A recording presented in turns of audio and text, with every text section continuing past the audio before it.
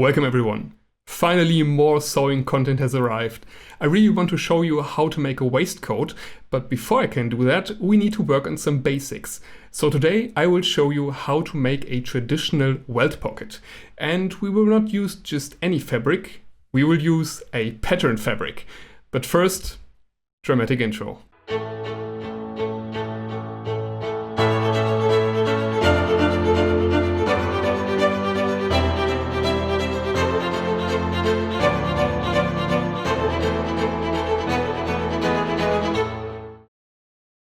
So I really want to make more sewing videos, because sewing content on vintage menswear is extremely rare in my opinion.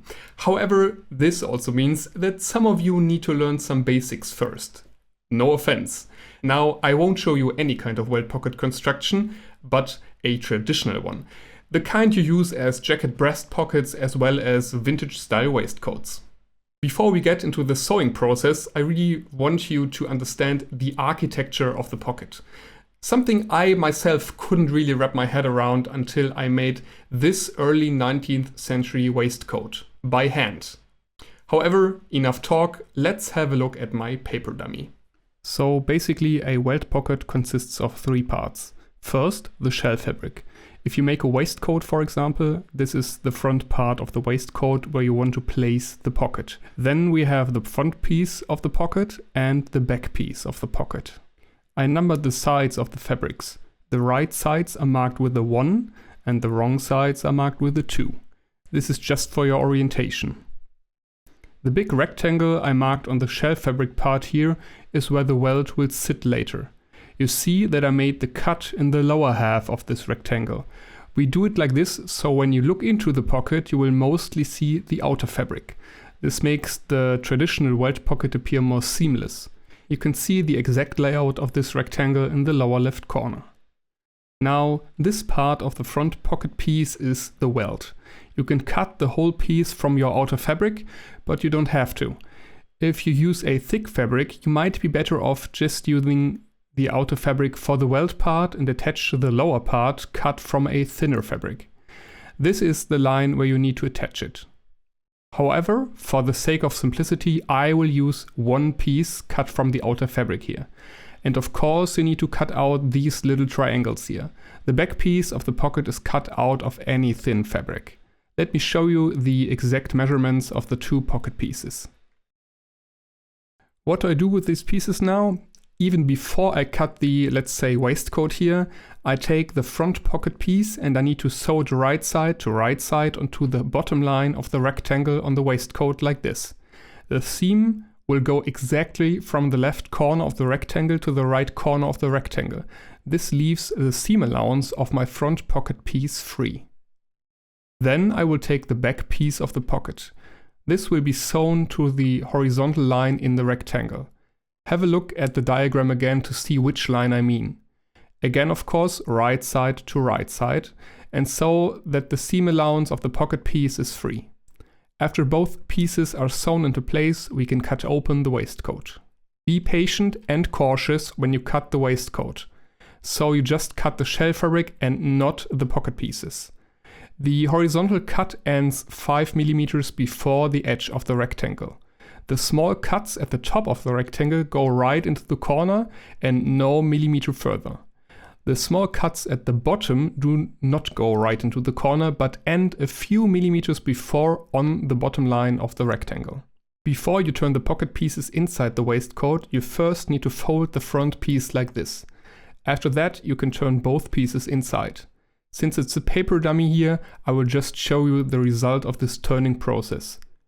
So if you turn down the welt, you can see a small strip of green, which is the back piece of the pocket. Now this will be the welt in the end. You can see that it has the correct height. It matches the top line of the rectangle we marked on the waistcoat in the beginning. However, it is still a bit too wide because we are not finished here. To finish the welt, you need to fold the excess fabric of the welt to the inside. Then you sew the welt onto the waistcoat exactly on these folding lines right and left. Finally, you put seams on the outside of the welt here, 5 mm away from the edge, and here 5 mm away from the edge. On the other side, you need to close the pocket back, of course, and then you're finished. The green back piece of the pocket lacks the seam allowance here, so don't be irritated by that. Now let's start cutting out the actual pieces. The easiest part is the back piece of the pocket. More interesting is the placement of the welt pocket and matching it with the pattern of the fabric. Let's say this is the part of the waistcoat where we want our welt pocket. And this piece of paper has the dimensions of our final welt. I place it right in the middle of this small glen check to make it as difficult as possible. Now I mark where the welt should sit in the end. Let me reinforce the markings so you can see them better real quick. I highly recommend using basting thread to mark the bottom line of the rectangle. This way it doesn't rub off and it's clearly visible on both sides of the fabric. Another thing I will mark with basting thread is the line where I will attach the back piece of the pocket. Have a look at the diagram again. The interesting thing is now that the fabric has this small pattern and you want the welt to go with this pattern. To do this, I will mark the pattern on my small piece of paper. In this case, I draw lines where the checks of the pattern border, horizontally as well as vertically. Try to be as precise as you can. Every millimeter counts. Now I can take a piece of fabric from which I want to cut out the front piece of the pocket, including the welt. I need to align my pencil markings with the pattern of the fabric. Again, precision is key. Finally, I can mark the position of the welt. Be careful so you don't move the paper. And again, I recommend using basting thread to mark the bottom line of the welt so it's clearly visible on both sides of the fabric and doesn't rub off. Then I can align my front piece of the pocket with the markings of the welt and mark everything. Keep the seam allowance in mind. The basting thread marks the sewing line, not the edge of the pocket piece. Yeah, and in the end, I used another piece of fabric because the other one wasn't big enough. By the way, this is the reason why you need more fabric for a suit with a pattern compared to a solid color. Also, have a close look at the orientation of the pieces here. This is up.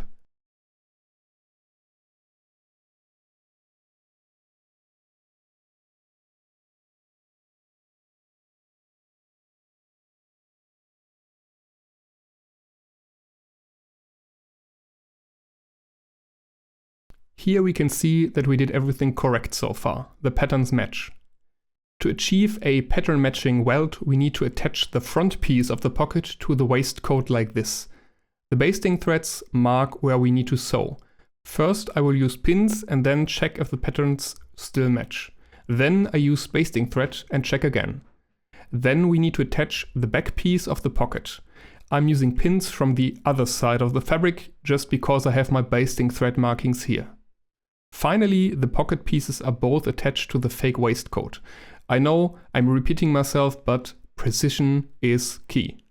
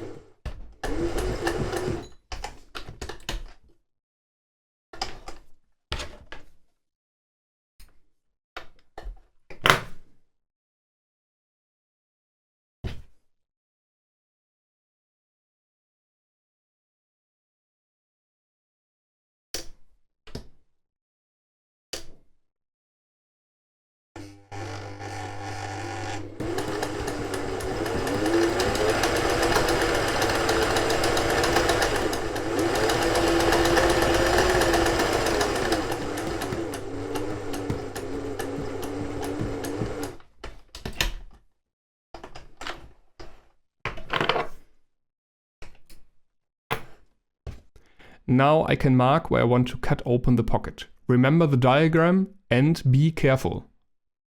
Before we can turn the pocket pieces to the inside, I will put a small piece of horsehair canvas into the welt for more stability. You can use the small paper piece for the dimensions of the interfacing. Stiff linen or something similar is also fine. The welt interfacing is then basted into place. I also use a pin to hold the fold in place when turning. This already looks quite okay, but very wrinkly. So let's press the shit out of this weld. Since the pattern is so small, you might also want to baste everything in place before pressing. This way you avoid crooked creases. Instead of the steaming function of my iron, I like to use water from a little spray can. This already looks a lot better than the wrinkle fest before. Now I can remove some of the basting threads, but not the one holding the weld interfacing in place. And we can close the pocket bag, so it can actually be used as a pocket.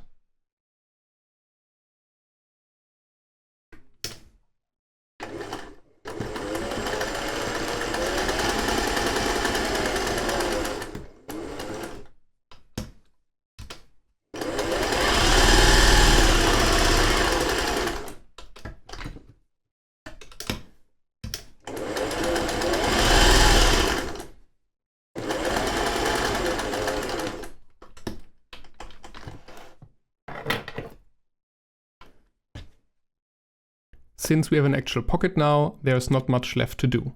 First, the sides of the weld need to be folded inwards and sewn into place.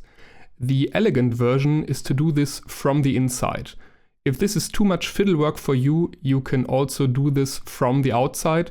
I do own a true vintage workwear waistcoat from the 1950s, I think, that has weld pockets made like this. Before we put the final two seams on top of the weld, we need to cut back the seam allowance of the weld here. This way, the remaining seam allowance is nicely encased by the two seams. The final seams also add stability and firmly hold the weld interfacing in place, so we can remove the basting thread here.